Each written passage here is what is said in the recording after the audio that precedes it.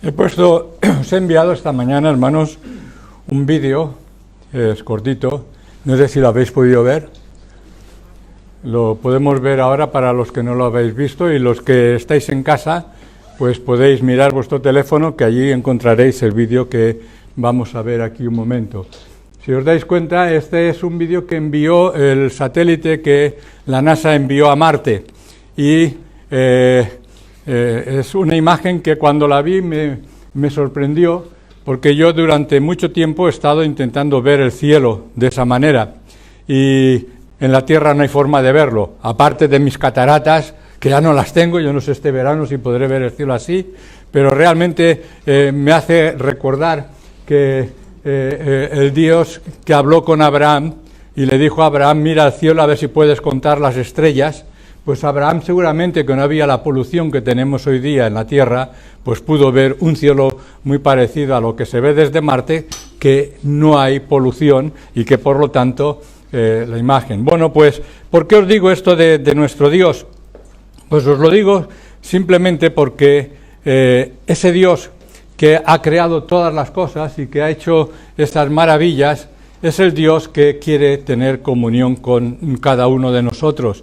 Es el Dios que nos ha estado dando continuamente oportunidades para poder conectarnos con Él, para poder hablar con Él. Y es el Dios que el profeta Jeremías, en el capítulo 31 y versículos del 31 hasta el 34, nos dice, podéis leerlo conmigo: He aquí que vienen días, dice Jehová, en los cuales haré nuevo pacto con la casa de Israel y con la casa de Judá, no como el pacto que hice con sus padres el día que tomé su mano para sacarlos de la tierra de Egipto, porque ellos invalidaron mi pacto, aunque fui yo un marido para ellos, dice Jehová. Pero este es el pacto que haré con la casa de Israel después de aquellos días, dice Jehová. Daré mi ley en su mente, y la escribiré en su corazón, y yo seré a ellos por Dios, y ellos me serán por pueblo. Y no enseñará más ninguno a su prójimo, ni ninguno a su hermano, diciendo: conoce a Jehová, porque todos me conocerán, desde el más pequeño de ellos hasta el más grande, dice Jehová, porque perdonaré la maldad de ellos, y no me acordaré más de su pecado. Es el nuevo pacto.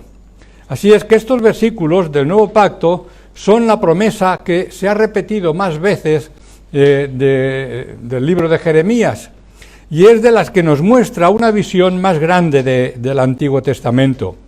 Cuando en la última cena nuestro Señor Jesucristo pronuncia sobre la copa aquellas palabras: esta copa es la nueva alianza, es el nuevo pacto, pues lleva a su plenitud, al cumplimiento de las palabras de Jeremías. Podemos ver la amplitud y profundidad de la alianza, o sea, del pacto, del compromiso que Dios quiere contraer con los hombres, y que lo conocemos por la Biblia. Esta es una doctrina que es amplísima, tanto que la encontramos desarrollada a lo largo de todo el Antiguo Testamento y también del Nuevo Testamento, y es el importante medio que nos permite comprender la relación entre Dios y su pueblo, entre el pueblo de Dios en el Antiguo Testamento, Israel, y el pueblo de Dios en el Nuevo Testamento, la Iglesia. Es el pacto que Dios establece con aquellos que decidimos someternos a esa obediencia a su voluntad. Así es que tenemos el término hebreo, que es berit, alianza, es el que designa los acuerdos, tratados y arreglos entre dos personas o dos reyes. Ese pacto que se establece entre dos personas para o bien defender el país o bien para con motivos de guerra, para temas ofensivos. Así es que la Septuaginta, la versión de la Biblia traducida al griego por los 70 rabinos, pues la llama como diateque, y usa unas palabras que significan pues lo mismo, alianza, pero más frecuentemente se repite como pacto. Alianza y pacto es lo mismo. Así es que de esta forma podemos recordar pues el pacto que hizo Dios con Abraham y hizo Dios con Moisés. Son los diferentes pactos que Dios establece con su pueblo.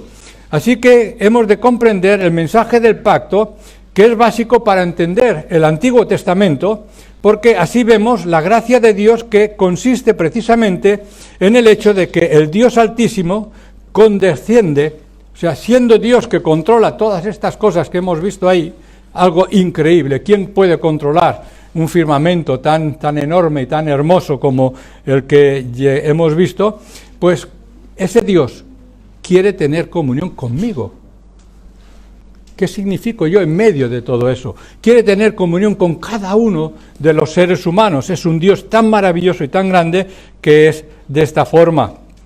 De modo, hermanos, que tenemos que entender cuál es ese propósito y cuál es el pacto que Dios quiere hacer con nosotros. Así es que es importante notar que los pactos que Dios hace con los hombres no se pueden valorar de la misma forma en que se firman los pactos entre humanos, pues por encima de todo está la soberanía de Dios. Y esto es algo que hemos de entender de una forma muy clara. Dios es el Señor, Dios es el soberano, Dios nunca cambia, mientras que los hombres estamos supeditados a hoy blanco y quizás mañana vemos de otro color. Así es que la promesa de fidelidad es lo más importante, hasta el punto de llegar a decir que el pacto de Dios es una promesa que se hace acompañada de un juramento. Dios jura, Dios se compromete, pero es un contrato en el cual Dios y el hombre no se ponen de acuerdo en igualdad de condiciones. No tenemos las mismas condiciones que nuestro Dios. Es Dios quien toma la iniciativa y establece el pacto y jura por sí mismo que cumplirá sus promesas. ¿Y por qué jura por sí mismo? Porque no hay nada en la creación, no hay nada en el mundo que esté por encima de Él. Y por eso Él se compromete, Él promete por sí mismo. Así es que la respuesta que tenemos que tener las personas es de obediencia y de entrega a Dios y a su servicio. Esto es algo que debemos de tener presente en nuestras vidas. En las tradiciones hebreas, la celebración de un pacto incluía el sacrificio de un animal y se partía por la mitad, y los que pactaban pasaban entre las dos mitades, afirmando así que el asunto era firme, que el asunto era comprometido, estaban los dos. Y esta era una costumbre muy antigua que encontramos también en las costumbres sociales, especialmente en Mari, o sea que era algo antiquísimo. Lo tenemos, por ejemplo, como un ejemplo en el pacto que hizo Dios con Abraham, que todos recordamos que Dios le pidió a Abraham, le dijo que tomara una ternera, una cabra y un carnero de 3 años cada uno, y también una tórtola y un pichón, y que preparara un sacrificio. Y Abraham, obediente, preparó ese sacrificio, y por la tarde se hizo de noche. Recordamos toda esa escena, ¿verdad? De modo que solamente cuando Abraham, ya rendido por el sueño, se durmió, entonces Dios mismo pasó y se comprometía con Abraham en el cumplimiento de sus promesas. Así es que el Antiguo Testamento nos habla del pueblo de Israel, que era el pueblo elegido de Dios, porque Dios hizo un pacto con este pueblo y ellos debían ser fieles a Dios y Dios nunca los abandonaría. Así es que el problema es que con su mal comportamiento el pueblo de Israel rompió el pacto que había establecido con Dios. Y no obstante, Dios perdonó a su pueblo y les dio los 10 mandamientos, restableciendo de esta forma un nuevo pacto. Bueno, pues de esta forma Dios quería que el hombre fuera feliz para siempre. Quería borrar el pecado de los primeros seres humanos y todos los que vinieron después de ellos. Ese es el propósito de Dios, que seamos felices, y la felicidad estriba en tener una buena comunión con Dios. Fuera de ahí no hay posible felicidad. Bueno, pues a través del sacrificio de nuestro Señor Jesucristo en la cruz, Dios hizo un nuevo pacto y definitivo con su pueblo. Y este pacto también requiere obediencia para cumplirlo. Es algo importante. A partir de ese momento fue posible que las personas vayamos al cielo y tengamos una vida eterna en la presencia de Dios cuando dejemos este cuerpo. Ahora, cuando el profeta aquí le dice al pueblo de Israel que Dios quiere hacer un nuevo pacto, ¿qué es lo que estaba diciéndole? Bueno, pues era, en primer lugar, tenemos que decir que era un pacto de gracia. Era un pacto que nacía de la iniciativa de Dios. Así es que el antiguo pacto había sido invalidado por el mismo pueblo por su desobediencia al acuerdo que habían hecho con el Señor. Ellos habían abandonado a Yahvé y se habían ido a adorar a otros dioses. Qué cosa tan lamentable, ¿verdad? De modo que, a pesar de que Dios les había llevado de la mano para sacarles de la esclavitud de Egipto y traerles a la tierra prometida, a pesar de que Él se había declarado como su Señor y esposo, como dice el texto bíblico, el pueblo de Israel se fue tras de otros dioses. La relación que Dios había querido tener con ellos era de intimidad, de relación especial y duradera, pero ellos rompieron la relación y invalidaron el pacto. Hicieron inútil el pacto. De todas formas, el pacto del Sinaí está en el centro de la predicación de los profetas. Los profetas crean nuevas imágenes para hablar de la relación de Dios con su pueblo. Podemos recordar que todos conocemos la relación de Dios con su pueblo como pastor. El Salmo 23, que todos tenemos grabados con letras de oro en nuestro corazón, ¿verdad? Dios quiere tratarnos como si fuéramos su oveja. En Isaías 5 se nos habla de la relación de Dios como alfarero, como alguien, y Isaías 5 es como viñador, un hombre que tiene una viña. ¿Os acordáis esa parábola que el profeta Isaías pues explica que había preparado esa viña y cuando fue a buscar los frutos eran frutos silvestres? Bueno, pues de esa forma Dios también habló a través de los profetas. También el del alfarero en el capítulo 18 de Jeremías. O la relación del padre con su hijo en Isaías 64:8. O el esposo con su esposa en Isaías 62:5. Dios ha buscado formas para que entendamos el tipo de relación que Él quiere y que Él quiere tener con nosotros.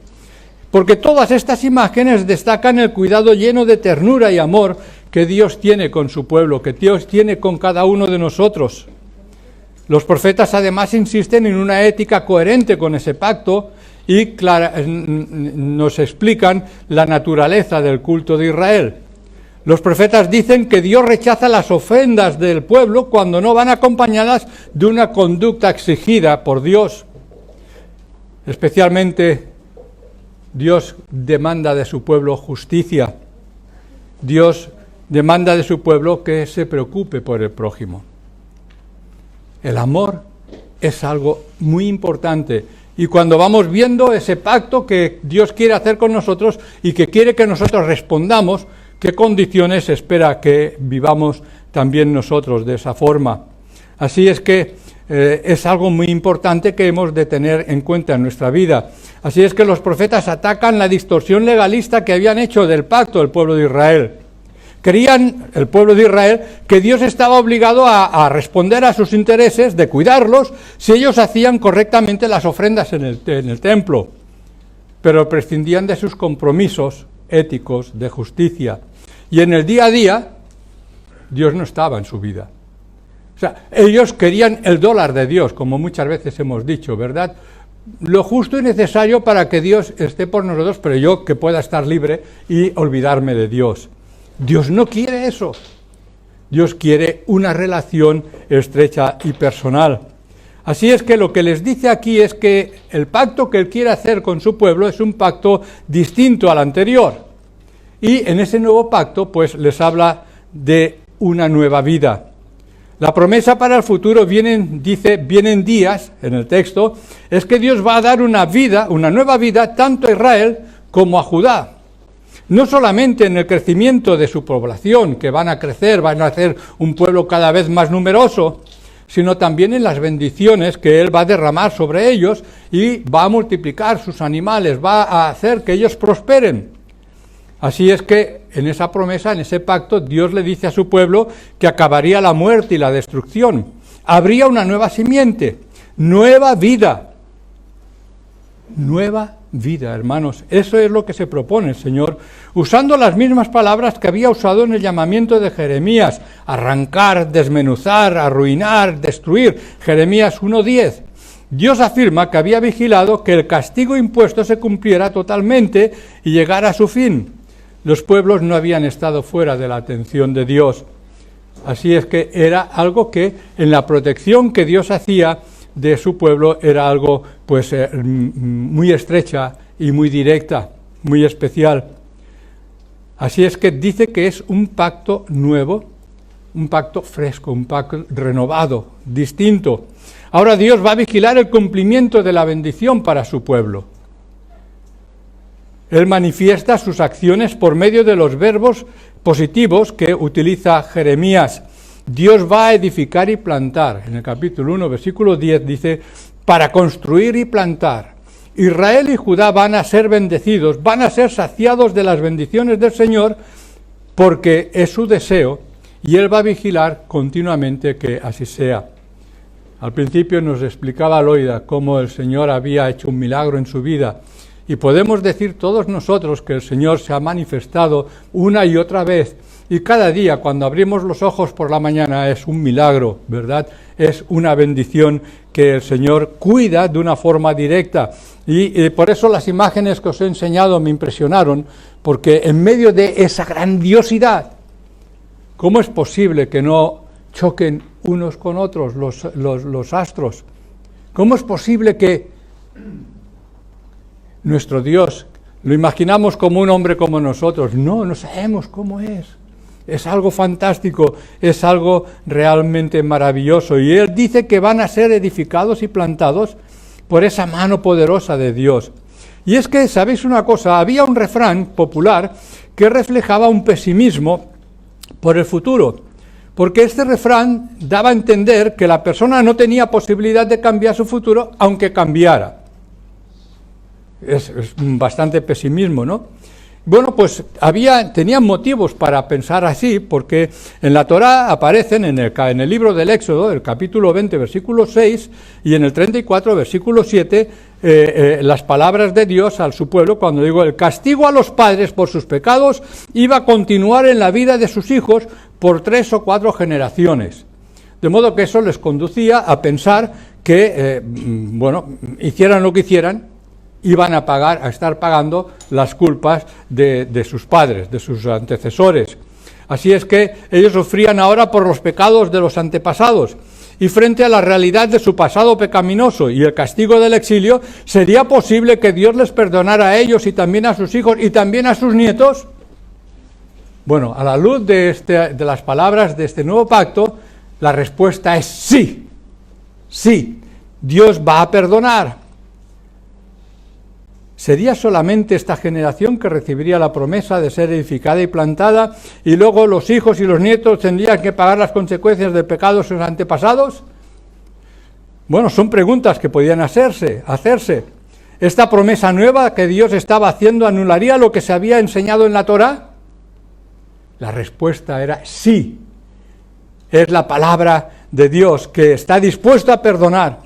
Aún para la persona fatalista que pensaba que daba igual cómo se vivía, porque iba a pagar las consecuencias de los pecados de sus antepasados. Sí, Dios va a perdonar esos pecados. Dios insiste en este proverbio, ya no va a ser repetido más porque Él está dando un nuevo impulso a la vida. Esta es la promesa de nuestro Dios. Cada uno podrá arrepentirse de sus propios pecados y ser responsable frente a Dios por sus propias decisiones y acciones. Cada uno morirá por su propio pecado. Cada uno tendrá que pagar las consecuencias de sus propias decisiones equivocadas. Y hermanos, esto es una bendición extraordinaria, pero también es una responsabilidad para cada uno de nosotros. Lo que yo haga no va a afectar a mis hijos, gloria a Dios. Pero voy a tener que dar cuentas yo de mis hechos. Ese es el nuevo pacto, ese es el compromiso de Dios. De modo que aquí hay un factor importante, y quisiera ir despacito aquí con lo que os voy a decir. porque cada uno podrá escoger el camino de obediencia y de relación con Dios. Y esto es algo muy importante.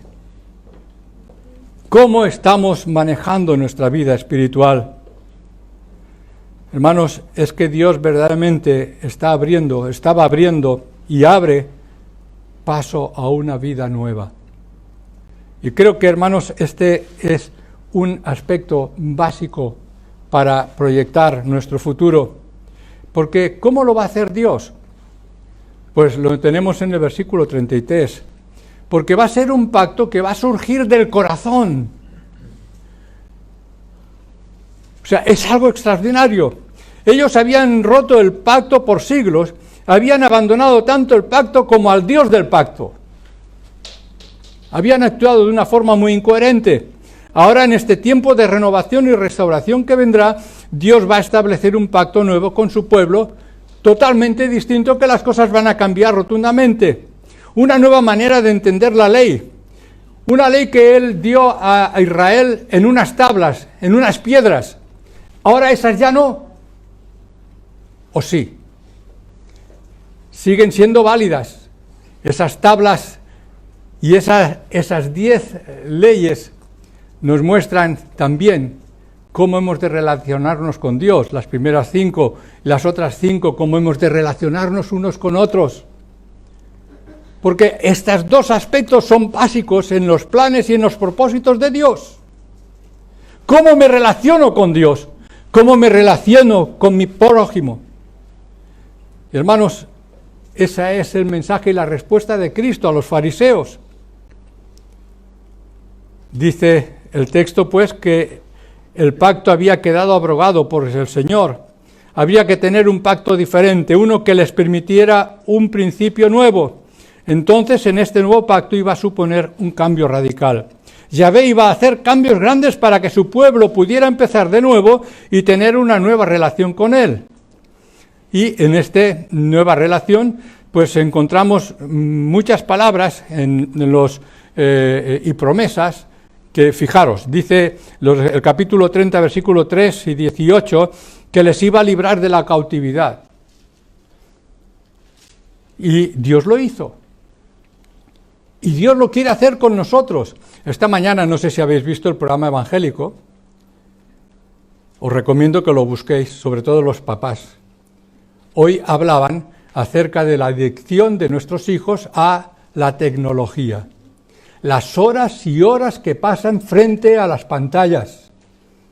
Escucharlo y mirarlo, porque tenemos una clara responsabilidad.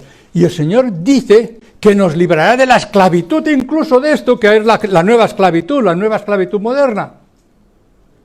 Porque decían esta mañana en el programa, todos esos programas que hacen están hechos para producir adicción. Adicción. Esclavizarnos detrás de algo que no nos edifica, no nos conduce a nada, sino a quemar nuestras horas y nuestro tiempo y absorbernos nuestro cerebro. Bueno, pues Dios quiere librarnos también de la cautividad, de la esclavitud. Dice además el capítulo 30, versículo 10, que les va a salvar, les va a sanar, dice el capítulo 30, 17, les va a reedificar, les va a hacer regocijarse y les va a dar esperanza de un futuro seguro. Y hermanos, eso Dios lo estaba prometiendo para Israel, pero lo estaba prometiendo para su pueblo, que somos también cada uno de nosotros. Todo va a ser parte de los cambios nuevos que Dios quiere regalar a su pueblo. Y Dios quiere un acercamiento real a la palabra. En lugar de escribir las leyes en piedra, como en los días de Moisés, como estábamos citando, Dios va a escribirlas en el corazón, dentro de nosotros. Va a estar en nuestro interior, en nuestra mente, en nuestro corazón. Y de esta forma será realidad la transformación eficaz de la persona. Hermanos, no vamos a poder cambiar si no está el Señor ahí, controlando todo en nuestra mente y en nuestro corazón. Es algo que tenemos que tener muy presente. Aparecerá una motivación para obedecer las leyes de Dios, porque brotarán desde dentro de la persona. de donde surge la voluntad. Qué hermoso la bendición de nuestro Dios. ¿Por qué? ¿Cómo será esto realidad?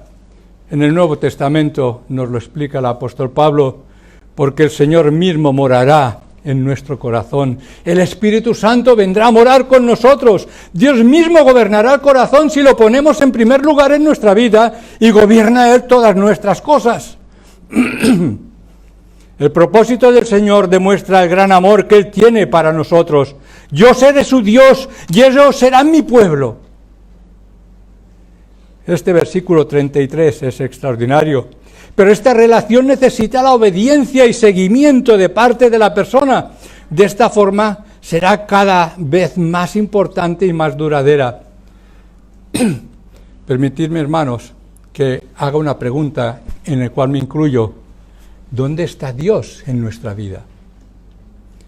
¿Dónde está? Dice Juan en su primera epístola, el que guarda sus mandamientos permanece en Dios y Dios en él. El Salmo 46:10 dice, estad quietos y conoced que yo soy Dios. Hermanos, ¿dónde está Dios? ¿Cómo está Dios en nuestro corazón? ¿Cómo está Dios en nuestra vida? Es un compromiso real con la palabra de Dios. En Deuteronomio capítulo 6, versículo 6, Dios había dicho que las palabras de la ley estarán en tu corazón. Gracias, José Luis. Estarán en tu corazón. Su voluntad de ese momento es que la ley no sea solamente una tabla, sino algo tan personal como nuestro propio mente y nuestro propio corazón. Y se incluye la palabra conocimiento. Conocer que yo soy Dios. Ese conocimiento es el que nos dará una orientación moral y espiritual a la vida. Ahora Dios va a cambiar el corazón humano para que la persona pueda guardar su pacto. Ya que no somos capaces, Él lo va a hacer por nosotros y nos va a dar poder, el poder de su Espíritu que mora en nosotros si lo tenemos en nuestro corazón o lo tenemos en un rincón. ¿Dónde está Dios? ¿Verdad? Así es que como resultado de este nuevo pacto y poder grabarlo en el corazón y en la mente, producirá una nueva forma de pensar que transformará nuestra forma de vivir. Y esta, la voluntad de Dios, será la delicia más preciada que podamos tener en nuestra vida. Vivir de forma agradable a los ojos de Dios. No habrá necesidad de pedir ayuda a nadie, dice el texto, porque todos vamos a conocer personalmente al Señor. Desde la persona más significante hasta la persona más poderosa. Desde el más joven al más anciano, hombres y mujeres, porque todos tendrán el conocimiento directo recibido de su comunión con Dios. Por eso es tan necesario mantener viva y directa la comunión con Dios de una forma personal, porque nadie puede hacerlo por mí. Nadie. Si yo no hablo con el Señor, nadie va a hablar con el Señor por mí. Si no tengo ese diálogo, si no aprendo a comunicarme con Él, y como vemos, hemos de ver cómo alcanzar ese conocimiento. Bueno, pues dice el uso del verbo conocer, indica esa relación íntima con nuestro Dios. Es un conocimiento tan profundo que dará lugar a una vida nueva, una visión maravillosa y abrumadora. Es el fruto de la oración, es el fruto de la meditación de la palabra de Dios, porque es la única forma de hacer realidad el pacto con nuestro Dios. Mirad, en los ordenadores hoy día, cuando queremos hacer algo, ¿qué hacemos? ¿Qué es lo que quiero hacer? Ponemos un chip, ¿verdad? Y en el chip está toda la información. Hermanos, la comunión con Dios no es un chip. O leemos la palabra de Dios o no aprendemos nada. O oramos y hablamos con el Señor, o esa comunión personal es la que nos está presentando aquí el profeta Jeremías. Y esa relación con nuestro Dios trae unas consecuencias directas. y además son muy concretas, porque se trata de una relación mutua. Es algo que tiene una consecuencia directa, porque si mi vida espiritual funciona en comunión con Dios, mi comunión con mi hermano, con mi prójimo, va a funcionar. No esperemos, si no tenemos buena comunión con Dios, que las cosas funcionen con los demás. Esto es algo muy importante que hemos de tener en cuenta. El versículo 34 nos dice la primera parte: y no enseñará más ninguno a su prójimo, ni ninguno a su hermano. Voy a beber un poquito de agua.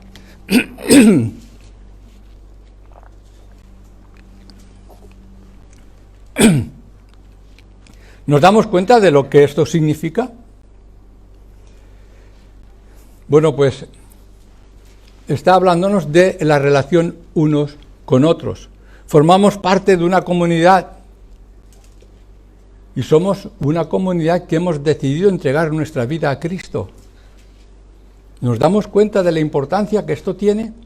¿Nos damos cuenta del compromiso que eso significa para que realmente como comunidad seamos realidad? Bueno, es algo que nos tiene que llevar a una reflexión profunda, porque Dios, cuando llamó a Abraham y le prometió todo, que contara las estrellas a ver lo que vendría después, ¿por qué era? Porque quería tener un pueblo con el cual relacionarse, un pueblo que fuera un ejemplo para los demás pueblos. Y hermanos, lo que aprendemos en Jeremías de Dios es que Él quiere ser conocido por su pueblo, quiere ser amado, quiere ser seguido, quiere ser adorado y quiere ser obedecido. Bueno, esto es muy fácil, ¿verdad? Decirlo. Es difícil hacerlo porque hay una ley en nosotros que el apóstol Pablo decía, todos recordamos, ¿verdad? Las palabras, hay una ley en mí que hago aquello que no quiero y lo que quiero no lo hago. Bueno, pues quiere nuestro Dios ser conocido de verdad. El nuevo pacto que establece aquí da esta oportunidad a la persona que quiere tomar esta decisión con Dios. Y creo que esto pues nos pone con una responsabilidad importante. Hermanos, si padecemos una crisis de fe, Dios quiere darnos una nueva oportunidad. Es lo que está diciendo aquí. Dios continuamente establece pactos con su pueblo, lo renueva, porque no quiere, podría darle una patada, y que el Señor me perdone por decirlo así, ¿verdad? Dios es amor. Y sabemos que aunque en el último respiro de nuestra vida nos arrepintamos de nuestros pecados, Dios nos recibe. Dios está dispuesto a aceptarnos. Dios quiere que le conozcamos de verdad. Y nos da siempre una oportunidad, porque es la decisión de Dios. Porque si padecemos esa crisis, pues Dios quiere que solucionarla, porque nos ama, porque quiere hacer realidad ese su pacto, porque también es un Dios que sufre, y sufre pues igual que nosotros, diría que más, ¿verdad? Dios dice que nos ama. Cuando vemos a las mamás cómo sufren por sus hijos, ¿verdad? Y dices, oye, no sufras tanto, no hay que sufrir. Bueno, pues Dios es tan sufridor como una mamá, más, mucho más, porque Dios sabe las consecuencias de lo que estamos haciendo mal, ¿verdad? Así es que Dios se identifica con el profeta y con el pueblo en su sufrimiento y necesidad, pero no olvidemos que es un Dios de justicia, es un Dios justo, y trata a las personas con justicia, pero también con misericordia, y exige la justicia social de parte de su pueblo a los líderes. Todos tenemos que ser imitadores de nuestro Dios. Hermanos, esta pandemia nos ha hecho mucho daño, ¿verdad? Físicamente, la enfermedad que ataca, personas que han fallecido, pero hermanos, el hecho de no podernos reunir, el hecho de no poder ser el pueblo de Dios que se reúne para adorar y para alabar a nuestro Dios, para abrir la palabra de Dios, para alimentarnos, para crecer, esto es algo tan necesario. Bueno, pues es necesario que aprendamos a unirnos y que uniéndonos o podemos orar juntos. Hermanos, los jueves os echamos a faltar a muchos. Sabemos que muchos no podéis, pero seguramente muchos tampoco. Pero es que el pueblo de Dios tiene necesidad de orar. La oración es fuente de poder. Hermanos, cualquier ocasión la hemos de aprovechar de todas maneras. Y a pesar de la pandemia, pues nos comunicamos a través del Zoom. Y oramos juntos. Y tenemos oportunidad de estar de alguna forma pues en comunión. Bueno, pues todo eso es algo que debemos de tenerlo presente y esperamos que cuando pase la pandemia podamos disfrutarlo de nuevo y podamos pues volver otra vez a tener la comunión que habíamos tenido sin estas condiciones que nos afectan. Así es que, ¿sabéis una cosa? El problema es que cuando perdemos la ocasión de disfrutar de esas bendiciones de Dios, entonces nos enfriamos. Entonces ocurren cosas que no es la voluntad del Señor. El Señor quiere que estemos siempre cerca del Señor, porque es que cuando nos enfriamos de esa forma, pues aparecen las depresiones, las ansiedades y todo tipo de crisis, ¿verdad? Bueno, pues es necesario que tomemos medidas porque, como vemos, esa no es la voluntad del Señor.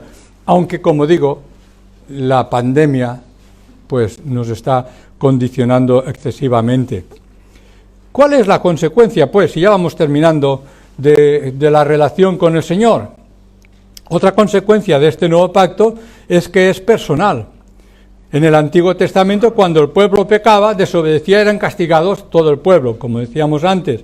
En este pacto el pecado solo alcanza a la persona que peca, a menos de que, siendo una familia, el pecado pueda alcanzar a otros. ¿Cómo puede alcanzar a otros? Pues seguramente, por ejemplo, sabiendo que hay un pecado dentro de la iglesia y yo me callo, el que peca es él, malo. Porque ¿sabéis qué ocurre? Cuando callamos frente al pecado, que participamos del pecado. Así es que la palabra de Dios nos muestra muy claramente, lo estamos viendo en el libro de Hechos cuando estudiamos los miércoles, qué pasó con Ananías y Zafira. Allí fue fulminante porque el Espíritu Santo estaba gobernando y estaba dirigiendo de una forma muy directa. Así es que esto es algo importante que hemos de tener presente en nuestra vida. Santiago dice en el capítulo 5, versículos 19 y 20, hermanos míos, si alguno de vosotros se desvía de la verdad y otro le hace volver, sabed que quien hace volver al pecador de su mal camino, le salva de la muerte y hace que muchos pecados sean perdonados. De modo que esto es algo que hemos de tener presente dentro del nuevo pacto, ¿verdad? Pero hay algo importante, interesante, y es que conoce a Yahvé porque todos me conocerán. Bueno, recibirán perdón. Dice el Señor que en el nuevo pacto, cuando uno se arrepiente, Dios va a perdonar, sea el pecado que sea, si nos arrepentimos de verdad, de corazón. Bueno, pues el diablo es muy astuto y sabe muy bien lo que significa y se cuida que no tengamos tiempo. No tenemos tiempo para orar. Es que no sé qué me pasa, que se me pasa el día y no he dedicado el tiempo para leer la Biblia. No he dedicado tiempo para... ¿Quién está ahí detrás? Pues es el diablo, que intenta que por todos los medios pues no oremos, no leamos la Biblia y además, pues mira, y ahora con la pandemia todavía más, hemos aprendido que por el Zoom podemos reunirnos, pues tampoco tengo que ir a la iglesia. ¿Para qué? Vaya a ir a la iglesia. O sea, lo puedo ver y oír por el Zoom, o incluso puedo ir a otras iglesias, porque a lo mejor el predicador me gusta más que el de mi iglesia.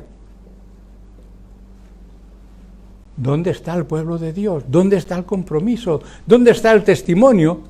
Claro, mirad, a mí me encanta una iglesia que hay en Dallas, la primera iglesia bautista de Dallas, que además me envían casi cada día, me envían cosas fantásticas, ¿verdad? Pero es que el Señor me ha puesto aquí en San Feliu. y me ha puesto en esta iglesia. Nos ha traído de diferentes lugares, pero aquí estamos. Bueno, hermanos, esto es algo que nos debe de hacer reflexionar, ¿verdad? Así es que, hermanos, no cuidar nuestra vida espiritual en la lectura y la oración, pues es algo muy grave, es algo importante. Hemos de reconocer que cuando actuamos de esa forma estamos pecando. Pero la buena noticia la tenemos también aquí. Y esto es lo que hemos de subrayar. ¿Sabemos lo que ocurre cuando en una relación hay amor e intimidad?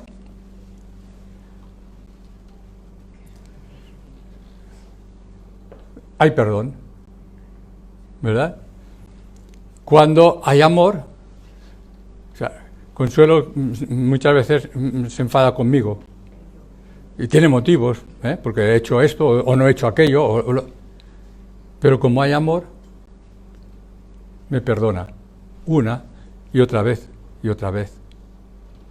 Bueno, esa relación, si hay amor, es posible. Si no hay amor, entonces lo que decía antes, una patadita.